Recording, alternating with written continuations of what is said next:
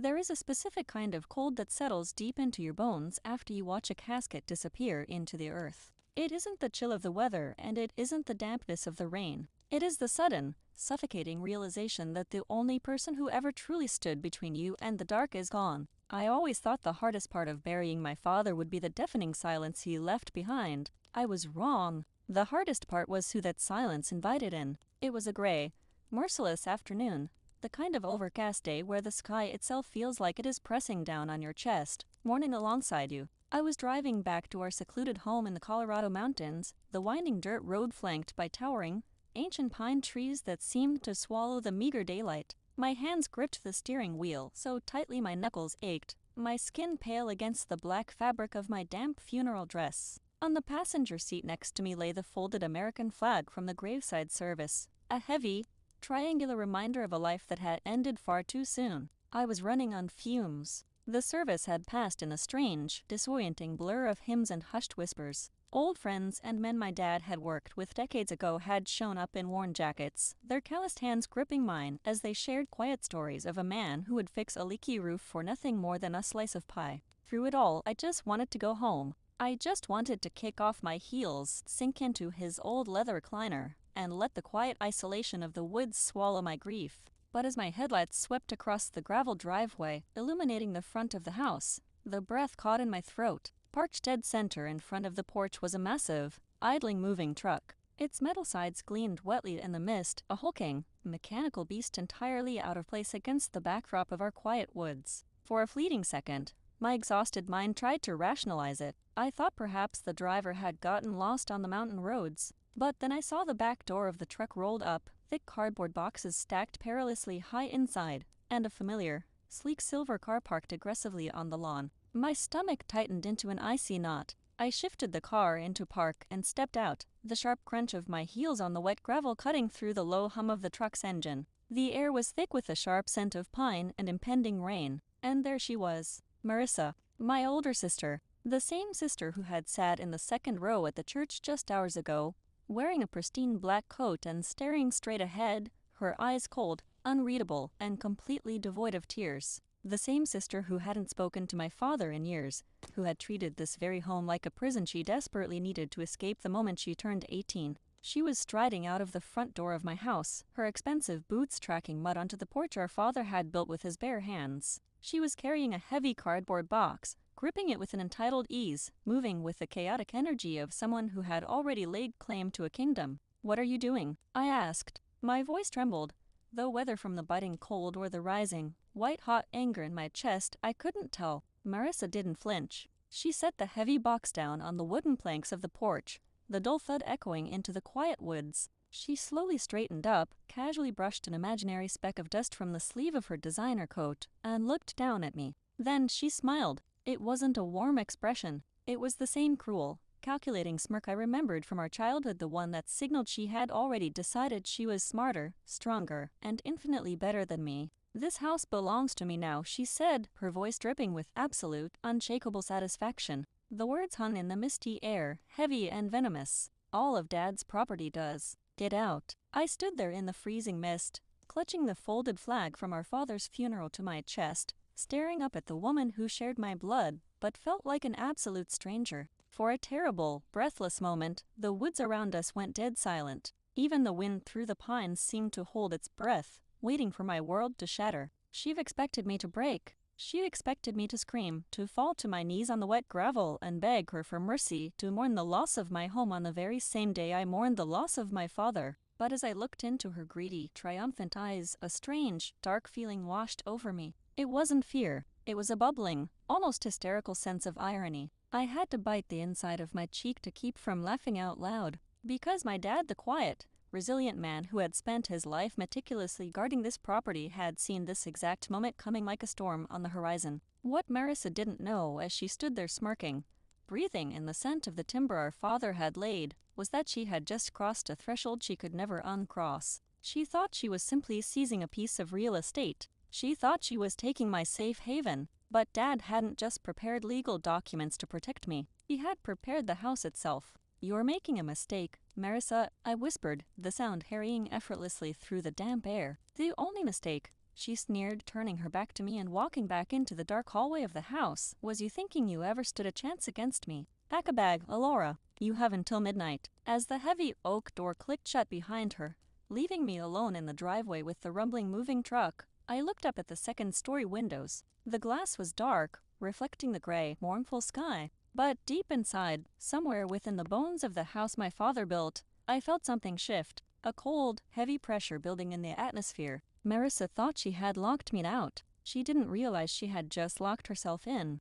Have you ever listened to an old house when it's completely empty? If you sit still enough in the dead of night, you'll realize it is never truly silent. Wood expands. Pipes groan. The wind whistles through the microscopic cracks in the foundation. But growing up in our secluded Colorado home, I always felt like our house was doing more than just settling. I felt like it was breathing, and more importantly, I felt like it was listening. I didn't storm the front door after Marissa disappeared inside. Instead, I retreated to the shelter of the old wooden carport, clutching the damp, folded flag to my chest, and watched the strangers from the moving company haul her life into my sanctuary. The rain had finally begun to fall, a steady, freezing drizzle that pattered against the metal roof above me. Watching her breach the threshold brought a flood of memories rushing back, sharp and vivid. Marissa and I grew up under this exact same roof, separated by nothing more than a narrow hallway connecting our tiny bedrooms. We shared the same parents, breathed the same mountain air, and chased the same goofy golden retriever who made a habit of stealing dirty socks from the laundry basket. On paper, we were cut from the same cloth,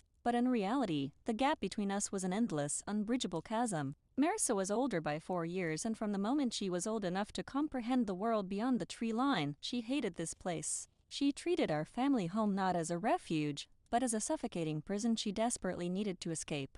She was relentlessly chasing a phantom horizon, always distracted by parties, transient boyfriends, and the glittering allure of bigger opportunities in the city. I, on the other hand, was deeply rooted in the soil. I craved my quiet routines, the familiarity of my friends from school, and above all, the unwavering safety of knowing Dad would be waiting when I came home. The defining fracture in our family happened when I was 8 years old. That was the year our mother died. When the life drained out of her, it felt like all the light in the house was abruptly extinguished. The shift was immediate and terrifying. Dad threw himself into his labor to keep us afloat, pulling exhausting double shifts down at the local hardware store. Even when he came home smelling of sawdust, grease, and bone-deep fatigue, he still managed to sit at the kitchen table and help me glue together my school projects. He kept the world spinning for me. But for Marissa, Mom's death was simply the final excuse she needed to sever her ties. She morphed into a shadow in her own home. She would slip in and out through the back door at odd hours of the night, ignoring us, barely speaking a word to either Dad or me. We were ghosts to her, and the moment the clock struck midnight on her 18th birthday, she was gone for good. She didn't say goodbye. She just left a hastily scribbled note on the kitchen counter about needing to find her own path, and vanished into the city. After that, it was just me and Dad. We weren't rich by any stretch of the imagination, but he possessed a rare magic that made our quiet life feel incredibly full. I can still smell the sweet aroma of his Sunday pancakes frying on the cast iron skillet, still feel the crisp autumn air from our long evening walks through the pine trees, and still hear the muffled cheers of the television as we squeezed into his old leather recliner to watch baseball together. During those quiet evenings, he would tell me stories about his younger days, his eyes sparkling with a quiet, fierce pride as he pointed out the window, explaining how he had built the front porch with his own 2 hands. He knew every nail, every joist, every hidden imperfection in the walls. But as the years crept by, his devotion to the house bordered on an obsession. He wasn't just maintaining it, he was fortifying it. I would often wake up at 3 in the morning to the sound of him pacing the halls, murmuring to himself as he reinforced the floorboards or tightened the locks on the cellar door. "This is your safe place," he would tell me, resting a heavy, calloused hand on my shoulder. His eyes would lock onto mine, intense and unblinking. "No one can take it from you." I believed him unconditionally. Yet, beneath the comforting warmth of his words, there was always a dark, unspoken caveat hanging in the air. Unless Marissa came back. Unless the daughter who abandoned us decided she was suddenly entitled to the very thing she had spent her entire youth trying to destroy. Dad never spoke an ill word about my sister, but I could clearly see the deep lines of worry etched into his weathered face whenever her name occasionally surfaced. He knew she was a storm. He knew she measured the value of her life entirely by what she could forcibly extract from others, not by what she could give back. Standing in the freezing rain under the carport, watching the movers carelessly drag a heavy, claw-footed antique mirror up the front steps. The realization washed over me. Dad's obsession with reinforcing the house wasn't just an eccentric quirk of a lonely widower. He was preparing the battlefield. He had intentionally engineered this property to protect me, and he had explicitly planned to leave the house to me long before his health ever began to fail. He had seen this exact day coming. Marissa was currently marching through the front door, barking orders at the movers, blind to the reality of the walls surrounding her. She thought she was stepping into a vulnerable, empty structure she could gut and flip for a quick profit. She had no idea that the house remembered her abandonment just as vividly as I did. A sudden gust of wind swept down from the mountains, violently shaking the pines and rattling the old tin roof above my head. The truck driver slammed the back door of the moving truck shut, the metallic crash echoing like a gunshot through the valley. I took a deep breath, the icy air stinging my lungs. I smoothed down the wet fabric of my black dress, tucked the folded flag securely under my arm, and stepped out into the rain. It was time to go inside and welcome my sister home. When I stepped through the front door, the heavy oak closing behind me with a definitive, sealing thud, the atmosphere inside the house felt immediately wrong. It was as if the air itself had thickened. For my entire life, this hallway had smelled of lemon oil, old paper, and the faint, comforting aroma of my dad's dark roast coffee. Now it smelled of wet cardboard, muddy boots, and the sharp, chemical perfume Marissa always wore like a suit of armor. The movers were carelessly maneuvering a stack of boxes through the living room, their heavy boots scuffing the original hardwood floors Dad had meticulously restored. Marissa stood by the fireplace, her arms crossed, surveying the room with a look of utter disdain. Her eyes darted over the worn, plaid sofa, the handmade bookshelves, and the floral curtains. She was already tallying up the cost of a dumpster. She complained loudly about the dated furniture, her voice sharp and grating against the quiet walls of the house. To her, these weren't memories.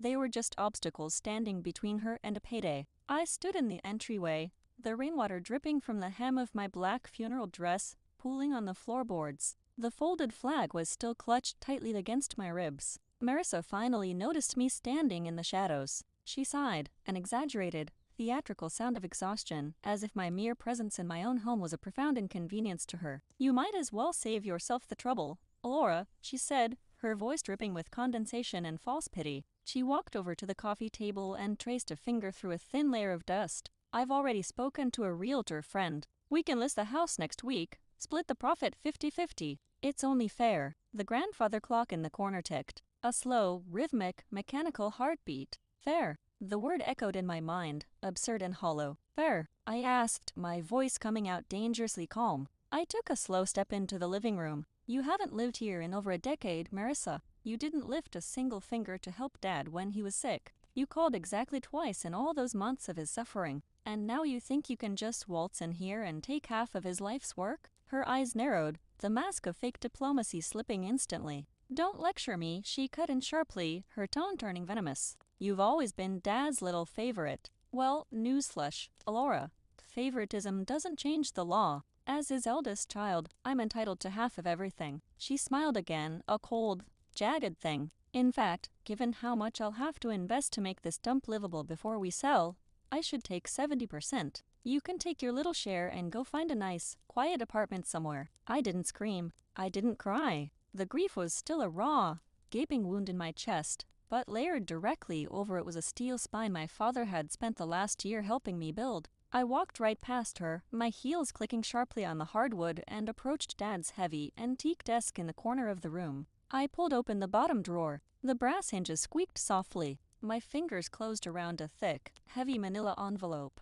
Across the front, in Dad's unmistakable, blocky handwriting, were the words, "Will/property deed." I turned back to face her, holding the envelope up in the dim light of the living room. "You're wrong," I said simply. "Excuse me?" Marissa scoffed, though her posture stiffened. "This is Dad's will," I told her, my voice steady, slicing through the heavy air of the room. "He left everything to me. The house, the land, the savings account. Everything. Legally, you have no claim." For a split second, a flash of genuine panic crossed Marissa's face. Then she let out a sharp, ugly laugh. "You're out of your mind," she spat, taking a step toward me. "You forged that, or you manipulated him when he was weak and sick on his deathbed. I could have that thrown out in court in a second. Good luck with that, I replied smoothly. I undid the string of the envelope and slid the official, heavy parchment onto the coffee table. I pointed to the thick, embossed seal at the bottom of the page. Signed, dated, and notarized 9 months before he even received his cancer diagnosis, when he was in perfect physical and mental health. As I stared her down, my mind drifted back to that rainy Saturday months ago. Dad had sat in his recliner, sipping tea, and told me that life was unpredictable and my sister was unpredictable, too. 2 days after that conversation, he drove me to the office of Lawson Reed Attorneys at Law. I could still remember the faint smell of leather and lemon polish in that room, the kind of quiet, dignified place where secrets were forged into unshakable signatures. Mr. Lawson, a calm man with silver hair and a steady, reassuring voice, had meticulously explained every clause, ensuring the transfer of property left absolutely zero room for argument. Dad had signed those papers with the same determined, heavy hand that had built our front porch. Marissa leaned over the table, her eyes scanning the legal jargon, reading Mr. Lawson's signature and the unarguable dates. The ugly laugh died in her throat, instantly replaced by a thin, furious line of lips and a violent twitch in her jaw. "This isn't over," she hissed, her voice dropping to a dangerous, trembling whisper. "You're right," I said,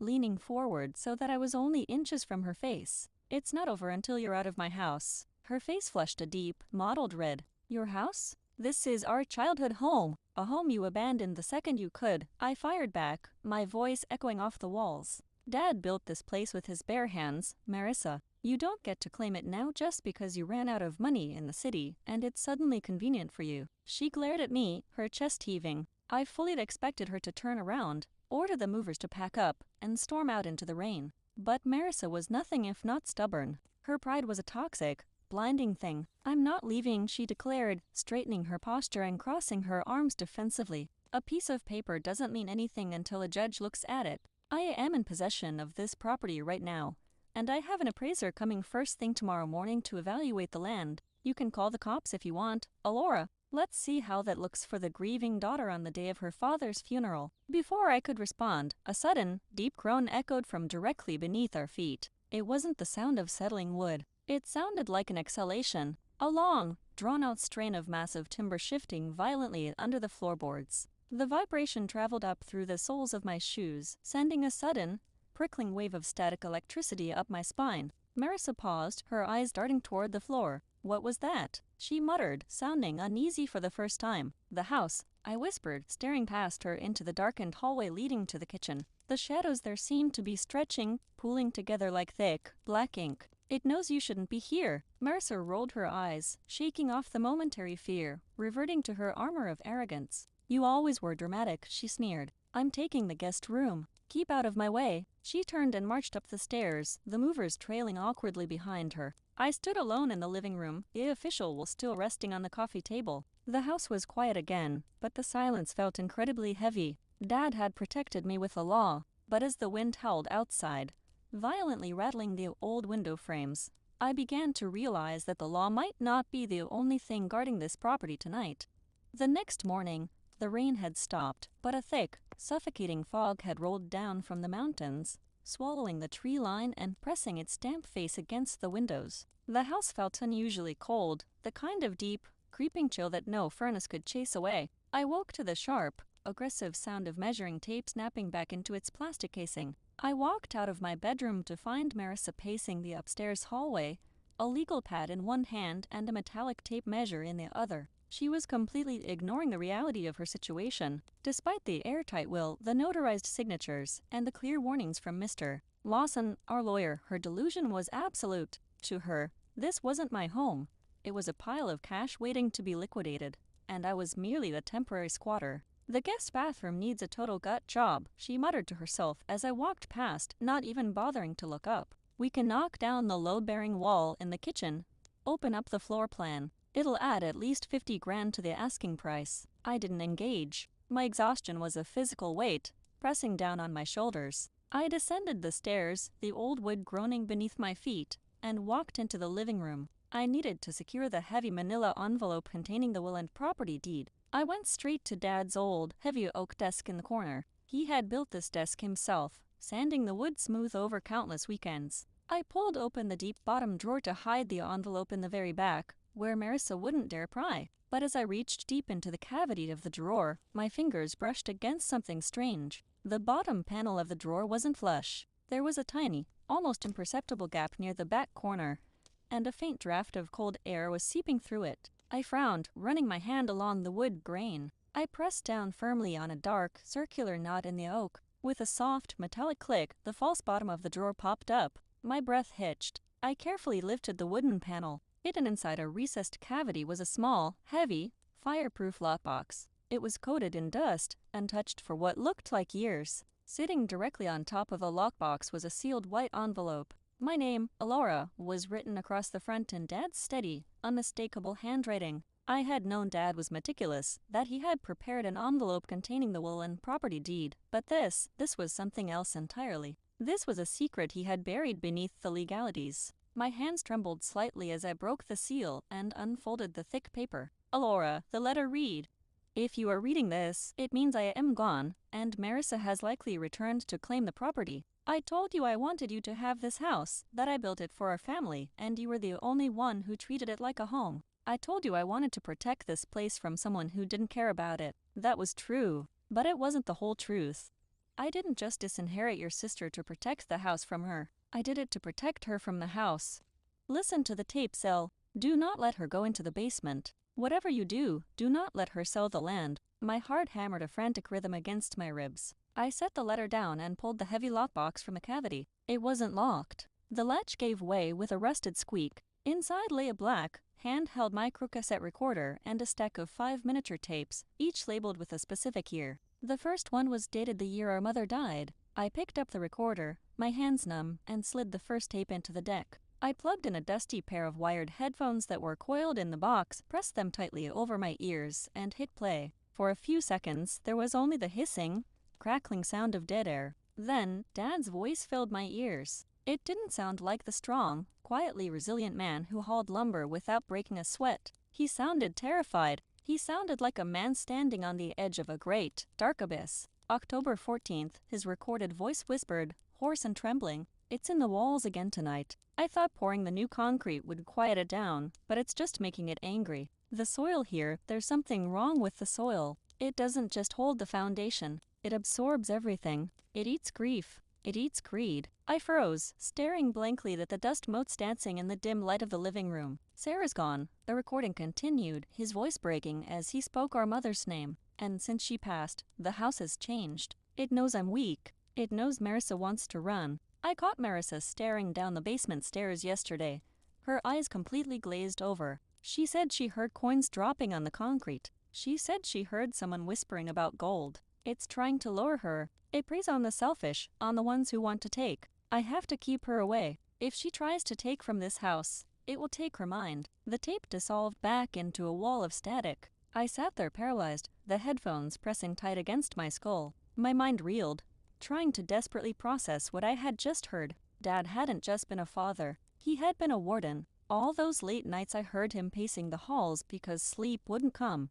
All the times I thought he was just relentlessly reinforcing the floorboards out of some stubborn pride in his craftsmanship. He was fighting a war I couldn't even see. He had stayed here, sacrificing his own peace to keep whatever lived in the foundation pacified. He didn't leave the house to me because I was his favorite. He left it to me because I was the only one content with what I had. I didn't want to extract value from the property. I just wanted to live in it. I was safe. Marissa was not. Suddenly, a heavy, rhythmic thumping echoed from the front porch, shattering the silence in the living room. I jumped, ripping the headphones off. "Alora!" Marissa's voice barked from the top of the stairs. I quickly shoved the recorder and the tapes back into the lockbox, slammed the false bottom of the drawer shut, and pushed it closed just as she came marching down the steps. She looked triumphant, practically vibrating with greedy anticipation. She had traded her expensive coat for a sharp blazer, looking like she was ready to close a massive corporate deal. "The appraiser is here," she announced, a wicked, victorious gleam in her eye.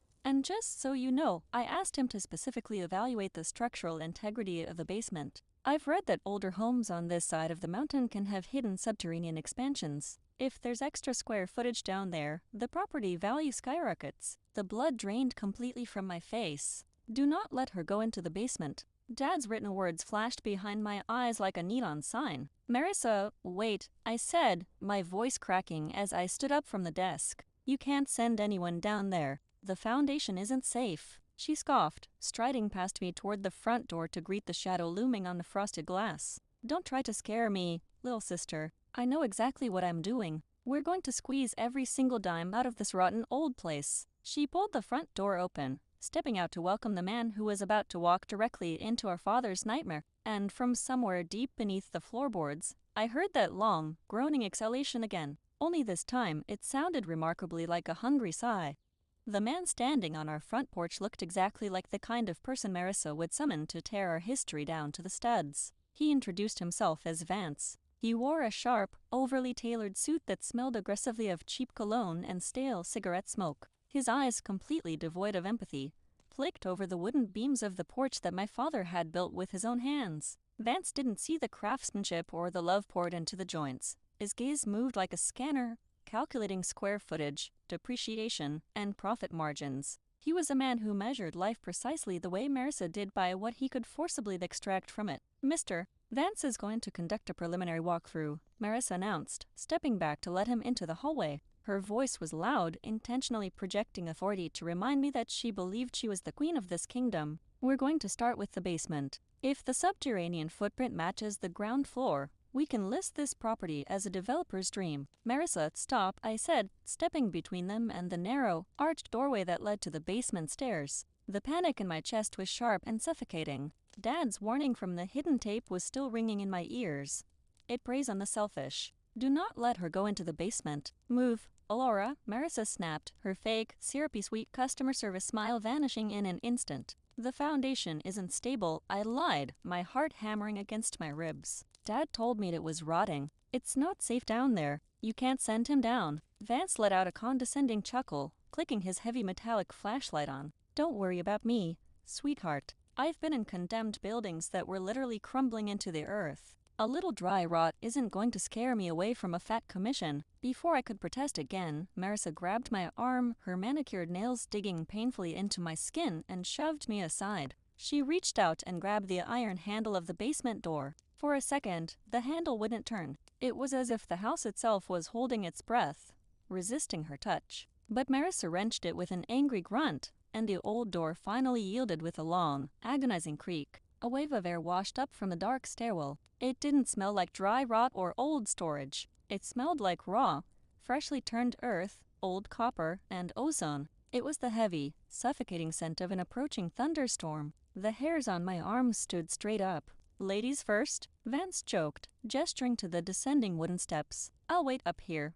Marissa replied, her bravado faltering just a fraction as she peered into the inky blackness below. She pulled her blazer tight around her chest. Just take your measurements and come back up. Vance smirked, completely unfazed. He clicked his heavy flashlight on, its powerful beam piercing the gloom, and began his descent. Thud, thud, thud. His heavy leather shoes echoed loudly against the wood. Then, halfway down, the basement door abruptly slammed shut. It didn't just close. It swung with a violent, explosive force, the iron latch snapping into the doorframe with the sound of a gunshot. Marissa let out a startled shriek and immediately lunged for the handle. She twisted it, pulled it, rattled it with all her might. Vance? Hey. The draft slammed the door. Give me a second. But the handle wouldn't budge. The lock on that door was a simple latch, one that only locked from the outside. There was no mechanical reason for it to hold. From the other side of the thick oak, the silence was absolute. We couldn't hear the creak of the floorboards.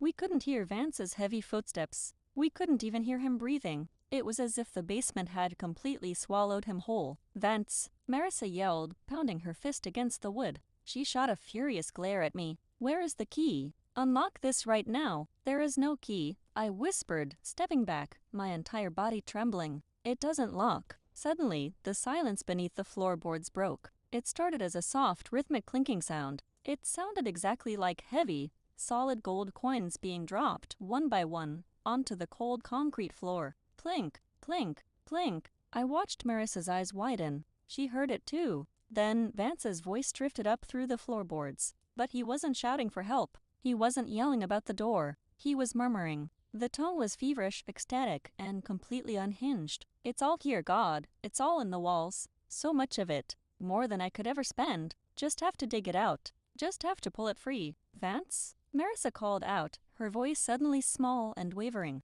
What are you talking about? Are you okay? The rhythmic clinking stopped. A profound, unnatural stillness settled over the house. And then Vance screamed. It was not a scream of physical pain. It was a primal, blood-curdling shriek of pure, unfiltered psychological terror, the sound of a human mind shattering into a million irreparable pieces. It was a scream that tore at his vocal cords, echoing up through the vents, vibrating in the soles of my shoes. We heard heavy, frantic thuds as he violently threw himself against the basement walls. He was tearing at something, scrambling, weeping uncontrollably. "Let me out!" he shrieked, his voice muffled by the thick wood, yet so loud it seemed to come from everywhere at once. "It's not gold. They aren't coins. They're teeth. Oh God, it's breathing. The walls are breathing." Marissa was frozen in shock, her hands hovering inches from the door. With a deafening crack, the heavy iron latch of the basement door blew outward, the screws stripping straight out of the wood. The door flew open, rebounding hard against the hallway wall. Vance erupted from the stairwell like a bat out of hell. He was unrecognizable.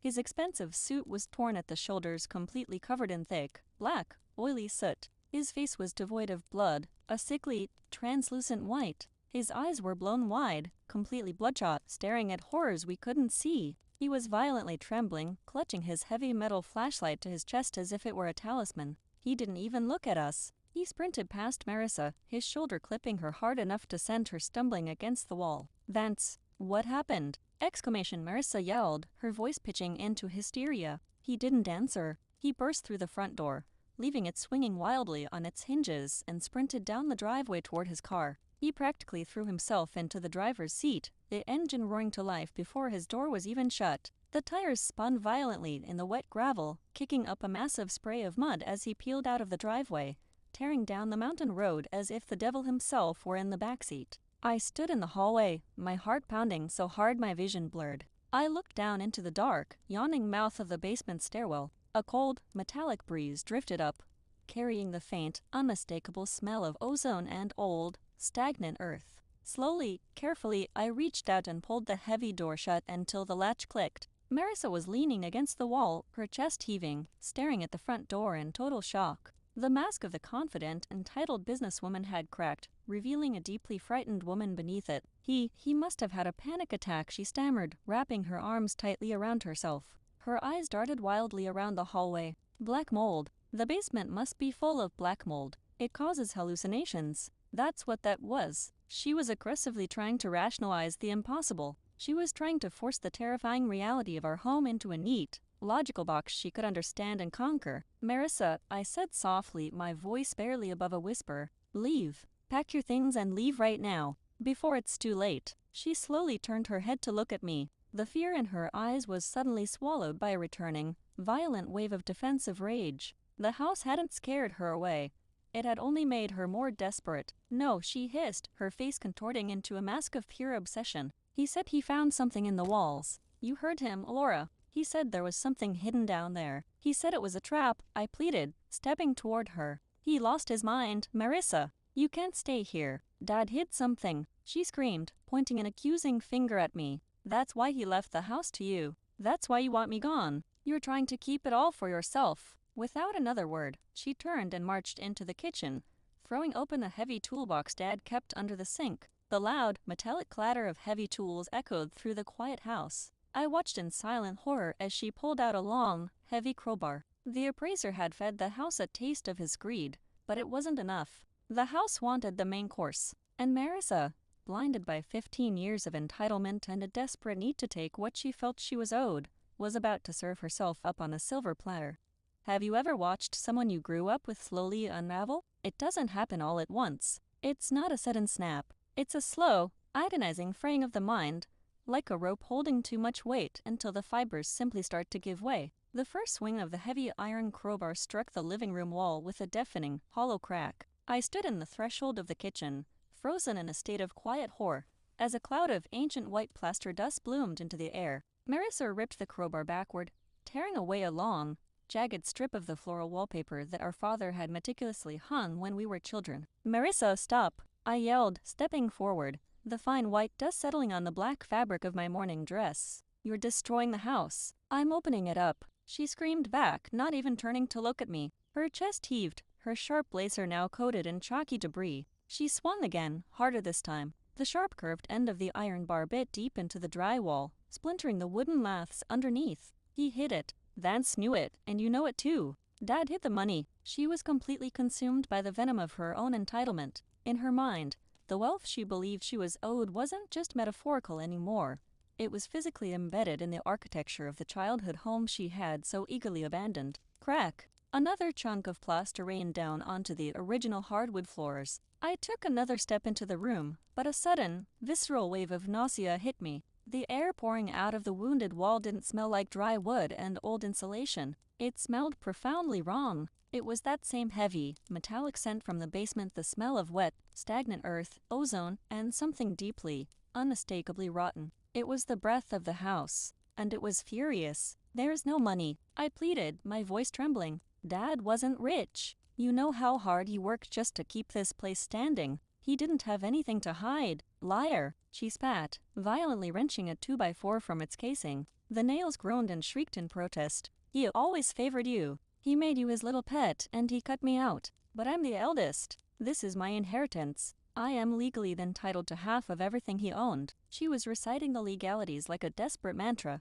entirely ignoring the fact that our father had explicitly protected the property with a watertight will months before his health failed. But logic had entirely fled the building. The house was feeding on her bitterness, turning her years of resentment into an infectious, blinding paranoia. As the afternoon dragged into a bruised, purple twilight, the fog outside thickened, pressing against the windows like a physical barrier. The shadows in the living room grew long and distorted. I retreated to Dad's old leather recliner, pulling my knees to my chest, completely powerless to stop the destruction. I watched my sister systematically tear into the walls he had built with his own hands. Her manicured nails cracked and bled. Her perfectly pinned hair fell in damp, chaotic strands across her face. She was exhausted, panting heavily, but she refused to drop the crowbar. Every time she paused to catch her breath, I noticed something terrifying. The house would bait her. Whenever she seemed on the verge of giving up, a faint, metallic clink would echo from a different wall. It was the distinct sound of a heavy coin dropping onto wood. Marissa's bloodshot eyes would snap toward the sound, her posture rigid like a hunting dog. "Did you hear that?" she whispered feverishly, pointing the bloody tip of the crowbar toward the hallway. "It's in there. It's moving." She didn't even realize what she was saying. "It's moving." She dragged the heavy iron bar across the floor, leaving deep, jagged gouges in the wood, and attacked the hallway. By nightfall, the house looked like a war zone. The power had begun to flicker, the old incandescent bulbs buzzing like angry wasps before finally popping and plunging us into darkness. The only light came from the sickly, pale moonlight filtering through the fog outside. Marissa was on her knees in the center of the hallway, illuminated in the grayish light, tearing at the baseboards with her bare, bloody hands. She was crying, a pathetic, whimpering sound that made my stomach churn. "It owes me," she sobbed, ripping a piece of trim away. "I wasted my childhood in this suffocating town. I had to run just to survive. He owes me. He has to pay me back." I slowly stood up from the recliner and walked to the edge of the hallway. The temperature in the house had plummeted. I could see my own breath forming in small, white clouds. "Marissa," I whispered, the sound carrying effortlessly through the ruined house. "Please, look at what you're doing. Look at yourself." She froze. Her hands were buried deep in the hollow space between the studs of the wall. "I found it," she breathed, a hysterical, bubbling laugh escaping her lips. My heart stopped. "I can feel it," she whispered into the dark. It's soft, like a bag, a heavy bag." "Don't pull it out," I begged, taking a slow step backward. The shadows around her seemed to be pulsing, leaning in to watch. Dad's recorded voice echoed in my mind. "It absorbs everything. It eats grief. It eats greed. It's mine." Marissa shrieked, her voice echoing wildly. She braced her boots against the floorboards and violently yanked her arms backward. She'd expected to pull out a burlap sack heavy with gold or cash. Instead, a cascade of thick, pitch-black soil poured out of the wall. It cascaded over her hands and spilled onto the floor with a heavy, wet, sickening slap.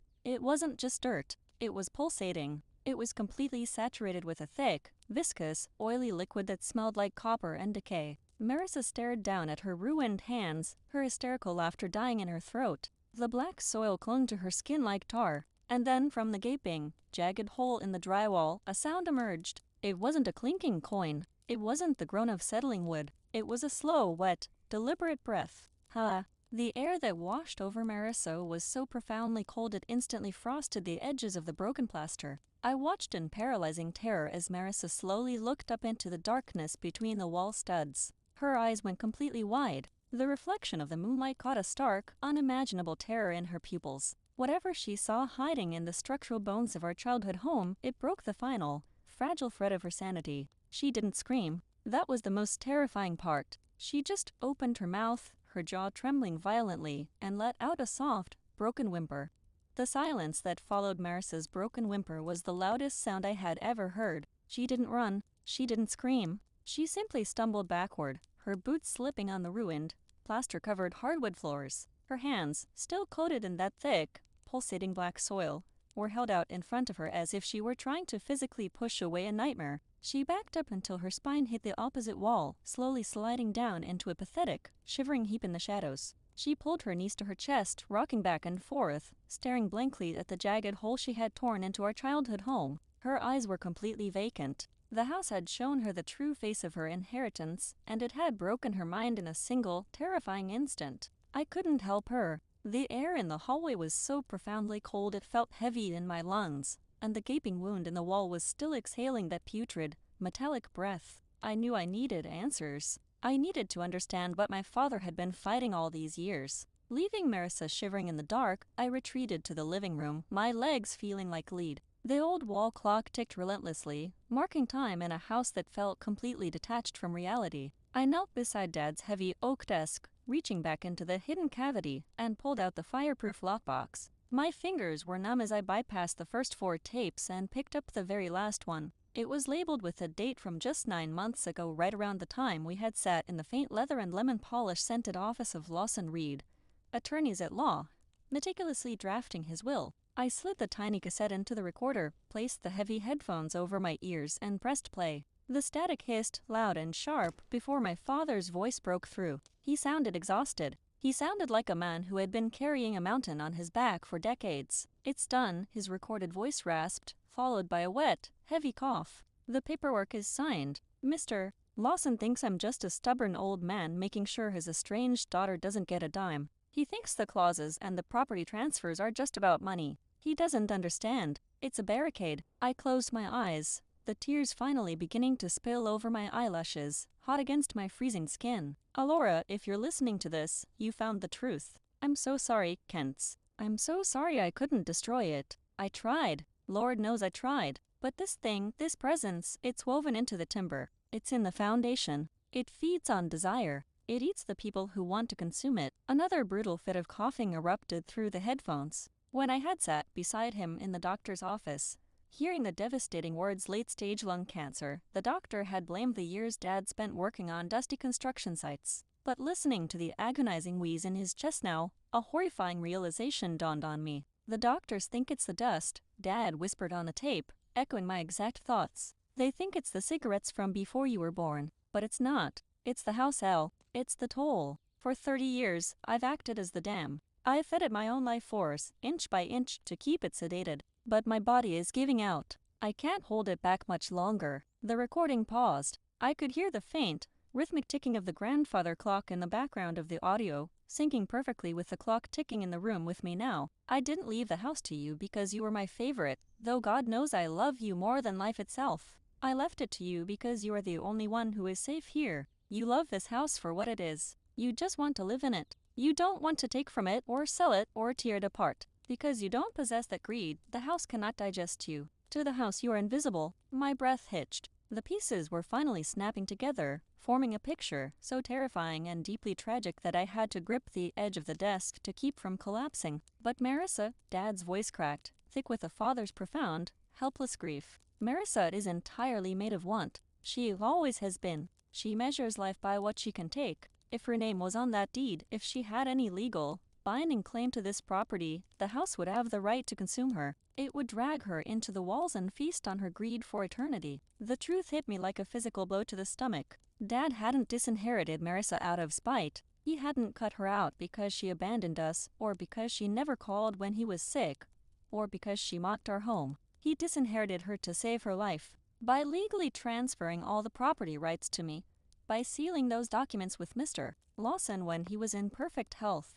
He had stripped Marissa of her ownership, and because she didn't own it, the entity in the walls couldn't fully claim her. It could terrify her, it could break her mind, but it couldn't consume her soul. The Keeper's Clause. It wasn't a legal term. It was a supernatural loophole. She is going to come back, the tape continued, Dad's voice growing incredibly faint, a haunting whisper from the grave. When I'm in the ground, she is going to come back, and she is going to try to take it. You have to stop her, Alora. You have to stand your ground. Show her the will. Use the law. Use whatever it takes to drive her away. Do not let her claim this land. Do not let her stay. A final, shaky breath rattled through the tiny speaker. This is your safe place, Kents. No one can take it from you, because you are the new warden now. I'm sorry to leave you with this burden. I love you. With a sharp click, the cassette tape ended, swallowed by the deafening hiss of static. I slowly pulled the headphones off my ears, the cord dangling uselessly against the desk. My hands were shaking so violently I could barely set the recorder down. All the resentment, all the anger I had felt toward my father for leaving me to deal with Marissa's wrath, instantly evaporated into the freezing air. He had died protecting us. Both of us. I looked toward the hallway. Marissa was still huddled in the corner, a broken, trembling silhouette in the moonlight. She was muttering to herself, her eyes locked on the jagged hole in the drywall. Suddenly, the floorboards beneath my feet groaned. It wasn't a warning this time. It was a shift. A massive tectonic shift deep within the foundation. The walls around the living room began to crack, thin spiderwebs of fractured plaster spreading rapidly toward the ceiling. The heavy metallic smell of wet earth and ozone thickened, becoming almost unbearable. The house realized that Marissa wasn't the owner, but it also realized she was still inside its borders. It was starving, and since she had broken the walls, she had essentially invited it out. Outside, the wind began to howl, a violent, unnatural gale that violently rattled the window panes. A massive crack of thunder shook the floor, vibrating up through my knees. The storm had arrived, and the house was finally awake. The storm did not arrive, it descended. A jagged fork of lightning illuminated the living room in a harsh, strobe-like flash, immediately followed by a crack of thunder, so violent it rattled the fillings in my teeth. The rain began to lash against the window panes like fistfuls of gravel, but inside the house, the atmosphere was infinitely more hostile than the tempest raging in the Colorado woods. Marissa suddenly stopped whimpering. The abrupt silence from her corner of the hallway was jarring. I watched her silhouette in the dim, flashing light. The absolute paralyzing terror that had gripped her only moments ago was morphing into something else. Her survival instinct had completely shattered, replaced by a frantic, rabid paranoia. The will, she muttered, her voice a dry, breathless croak. It's the will. She slowly scrambled to her feet, her boots slipping on the black, oily soil that had poured from the walls. She left dark, smudged handprints on the floral wallpaper as she steadied herself. If the paper is gone, the claim is gone, she whispered feverishly, her eyes darting toward the living room.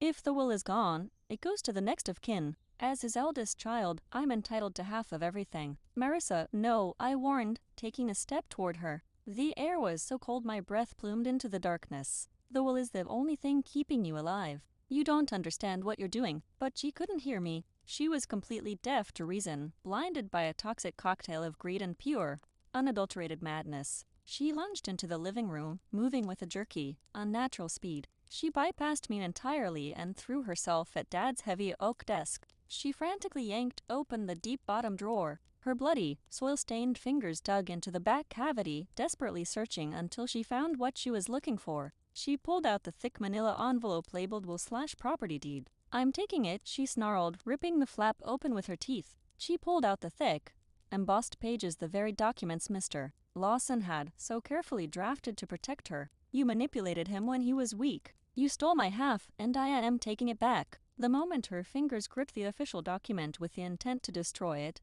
the house reacted. It was immediate and catastrophic. The temperature plummeted so rapidly that frost instantaneously bloomed across the glass of the windows, tracing jagged, icy veins over the panes. The air pressure in the room dropped, causing my ears to painfully pop. A deep, agonizing groan echoed from the foundation, vibrating up through the floorboards and rattling my very bones. Marissa, drop it! I screamed over the howling wind outside. She'd ignored me. She gripped the top of the notarized pages and violently tore them down the middle. The sound of the tearing paper was entirely eclipsed by a deafening, unnatural shriek from the walls.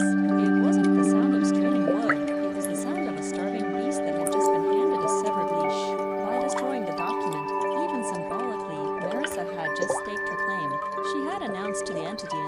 realization that she was an owner, and the house eagerly accepted the invitation.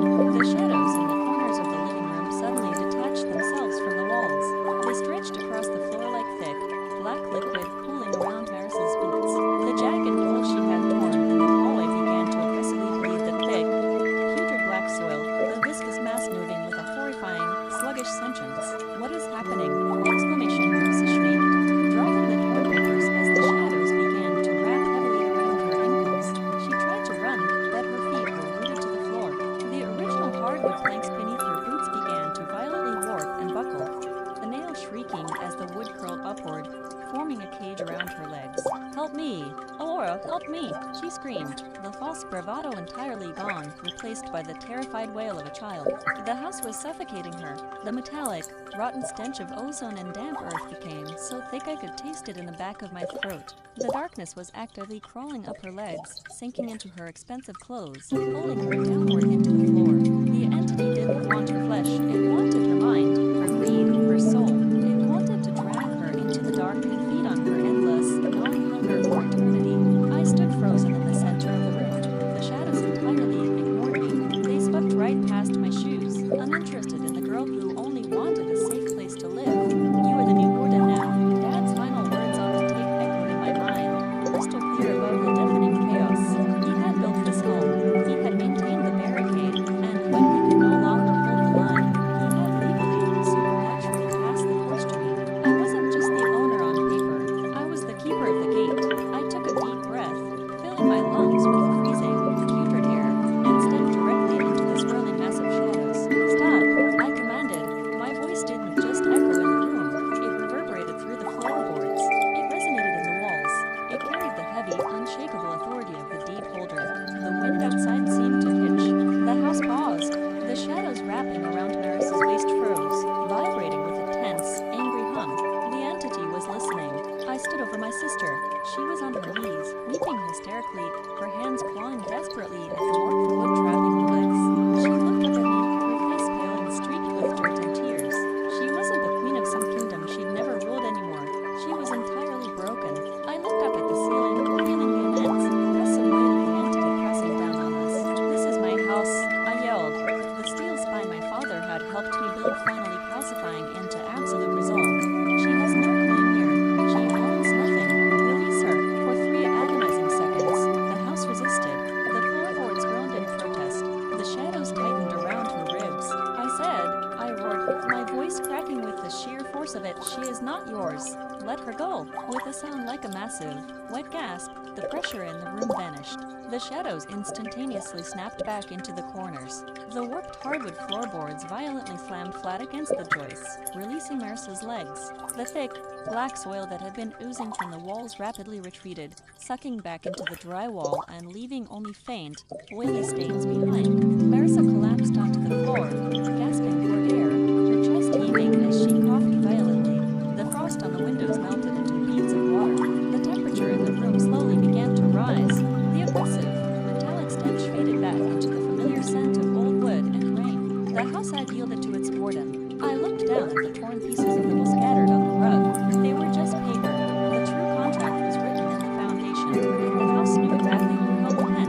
I looked down at Marissa, shivering uncontrollably on the floor, her eyes wide and completely hollowed out by the horror she had just endured. "Get up," I said softly, but with absolute finality. She didn't argue. She didn't smirk. She slowly pushed herself off the ground, trembling like a fragile leaf in a winter wind. The storm outside raged on, but inside, the war was over. The morning after a nightmare always feels impossibly fragile, as if the world itself is made of thin glass that might shatter at the slightest sudden movement. The violent storm that had battered our home finally broke just before dawn, leaving behind a pale, bloodless gray light that slowly filtered through the frost-streaked windows. The heavy, suffocating scent of ozone and decaying earth had entirely vanished, replaced once again by the crisp, familiar smell of wet pine from the trees Dad had planted decades ago. I had not slept. I spent the remaining hours of the night sitting perfectly still in Dad's old leather recliner, the cold cup of coffee on the side table entirely forgotten. I listened to the house. It wasn't groaning or vibrating anymore. It hummed with a quiet, satisfied stillness. The entity in the foundation had been fed, not with flesh or blood, but with the absolute psychological surrender of its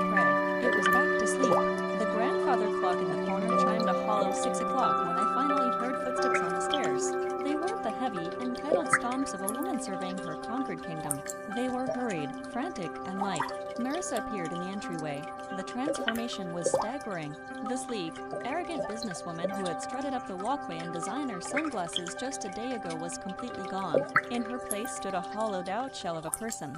Her skin was a sickly, translucent gray, and deep, bruised bags hung beneath her bloodshot eyes. She was wearing yesterday's clothes, the expensive fabric still stained with faint, oily smudges of black soil. She wasn't carrying the heavy cardboard boxes she had hauled through the front door with such triumph. She was clutching a single, small overnight bag, her knuckles completely white from the force of her grip. She didn't look at the walls. She kept her eyes glued firmly to the floorboards, treating every shadow in the room as if it were a coiled snake waiting to strike. When she reached the bottom of the stairs, she finally glanced in my direction. We didn't speak. There was no need for words. The silent, stretching coolness was heavier than any argument could have had. All the venom, all the condescension, all the threats of legal action and splitting the profit 50-50 had been completely stripped away, leaving only raw, unfiltered timber. She paused near the front door, her hand hovered over the brass doorknob, trembling so violently she could barely grasp the metal. "I don't want it," she whispered, her voice cracking, sounding like a frightened child lost in the dark. She didn't wait for my response. She practically tore the front door open and sprinted out into the freezing morning mist. I didn't follow her out to the porch. I just sat in the recliner and listened to the frantic crunch of her boots on the wet gravel. Seconds later, the engine of her sleek silver car roared to life. She didn't even bother to let it warm up. The tires spun wildly in the mud, kicking up a shower of wet dirt, and then she was gone. She sped down the winding mountain road as fast as the engine would carry her, leaving me entirely alone in the house. I watched her tail lights bleed into the thick morning fog until they vanished completely. The absence of her chaotic energy should have felt like a profound relief, but instead, it felt like the eerie, breathless calm in the eye of a hurricane. I was safe for now, but the heavy reality of my new existence was just beginning to settle over my shoulders. 2 weeks passed in a strange, suspended animation.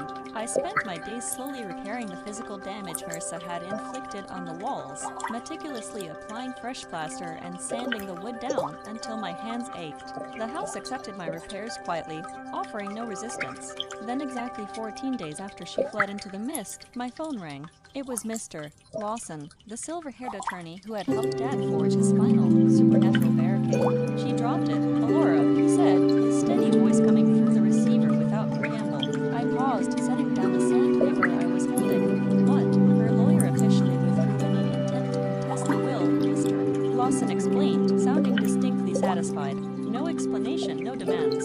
Just a formal notice that they are abandoning the claim entirely. We're in the clear." The slow release of tension in my chest was indescribable. It was like a tightly coiled knot had finally been cut. Marissa hadn't dropped the lawsuit out of the goodness of her heart. She had dropped it because the very thought of this property now terrified her to her core. But I wasn't going to take any chances. As the new warden, I had duties to fulfill. That weekend, I drove down into town and walked into the county records office. I sat across from a gray-haired clerk and formally filed a strict no trespass order against my sister. He stamped the paperwork with a heavy thud, muttering something under his breath about family disputes being the worst kind there is. On Monday morning, I called a locksmith and had every single lock on the exterior doors changed. It felt incredibly symbolic. I was physically and legally closing the door on a chapter of my life that had threatened to entirely consume me. A few days later, my phone vibrated on the kitchen counter. I stared at the caller ID. It was Marissa. I almost let it ring through to voicemail, but some dark, curious part of me needed to hear her voice one last time, to know that the monster Dad, and I had thought was truly dead. I swiped the screen and brought the phone to my ear. "Hello, Alora," she began, her tone completely flat and devoid of its usual arrogant edge. "I heard you filed the order against me." "That's right," I said softly. "You didn't have to go that far," she replied, though there was no real fight left in her voice. "Yes, I did," I answered, my grip tightening on the phone. There was a long, heavy pause on the line. I could hear the faint, hollow hum of city traffic in the background of her end of the call. It sounded a million miles away from the quiet pines of the mountain. I wondered if she still saw the creeping, oily shadows every time she closed her eyes. I wondered if she still heard the agonizing, wet breath of the foundation in her sleep. Finally, she let out a shaky exhale. "Fine, I won't bother you again." The line went dead. It wasn't an apology, and it certainly wasn't closure, but it was a definitive, final surrender. That evening, I sat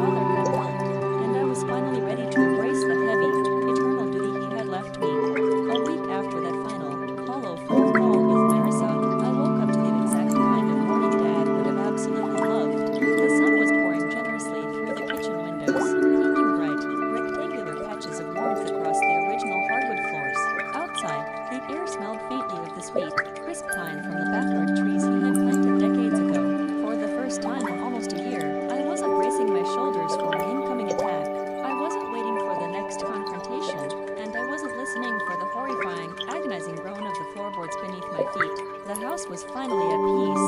I walked into the kitchen, my bare feet padding softly against the wood, and made a pot of coffee in the old, battered percolator Dad had used every single morning of his life. The gentle, rhythmic gurgle of the brewing coffee felt like a familiar, comforting heartbeat returning to a quiet, recovering body. I poured the dark liquid into his favorite cheap ceramic mug, wrapped my cold hands around the radiating warmth, and carried it out to the front porch. I settled deeply into the heavy, wooden rocking chair he had built for me back when I was just a teenager. The front garden desperately needed work. The harsh winter and the violent storm had left the flower beds ragged, overgrown with dead leaves and stubborn weeds. But looking out over the untamed yard, the mess didn't bother me in the slightest. This was still our home. It was still standing, unyielding against the wind, and it was still entirely ours. I reached into the pocket of my knitted cardigan and pulled out the letter Dad had left me, the one from the hidden lockbox. The one I had read so many times over the past few weeks that the folds of the thick paper were beginning to fray. Alara, it began, steady, determined handwriting staring back at me. If you're reading this, it means I'm gone. I hope you know that I trust you, not just with this house, but with our memories. You'll have to be strong because there will always be people who think they can take what they didn't earn. But this home is more than wooden walls. It's you. It's us. Keep it safe.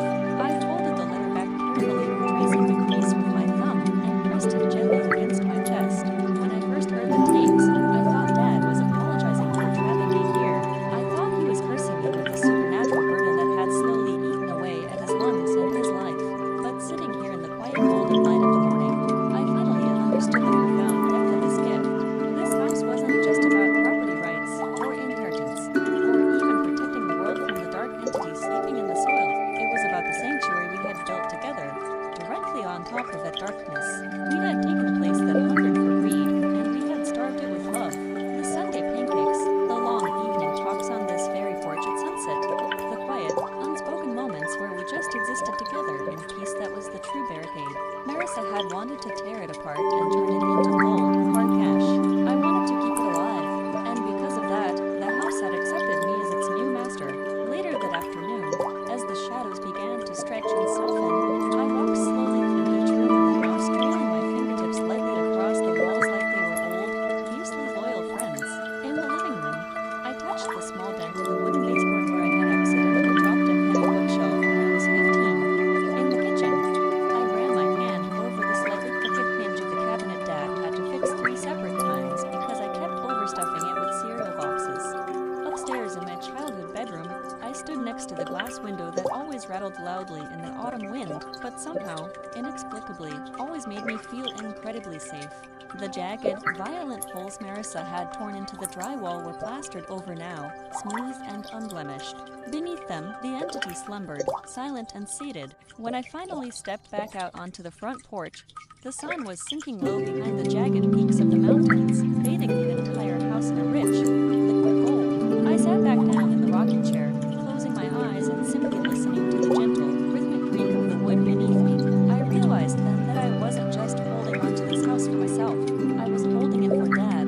I was holding it for the unbreakable promise I had made to him, and for the quiet, resilient part of him that would always remain here, woven into every corner and every creak of his old, faithful floors. The fight was over.